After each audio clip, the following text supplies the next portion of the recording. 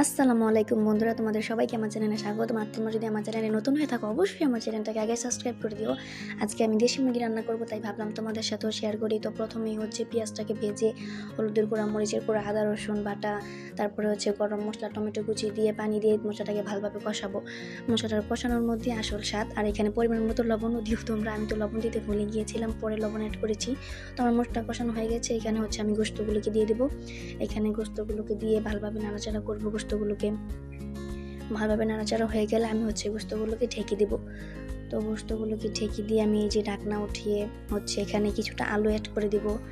তারপরে আলু অ্যাড করে আলুগুলোকেও ভালোভাবে একটু নাড়াচাড়া করব। তারপরে আমি আবার ঢেকে দিব। তো ঢাকনা উঠিয়ে আবার কিছুক্ষণ রেখে ঢাকনা উঠিয়ে আমি এখানে পানি দিয়ে দিব পরিমাণ মতো। পানি দিয়ে আবার ঢেকে দিব গোস্তগুলো যাতে সিদ্ধ হয়ে যায় গোস্তগুলো ভালোভাবে।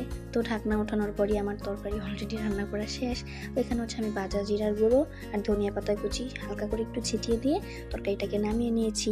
দেখো আমার তরকারিটা কত সুন্দর হয়েছে।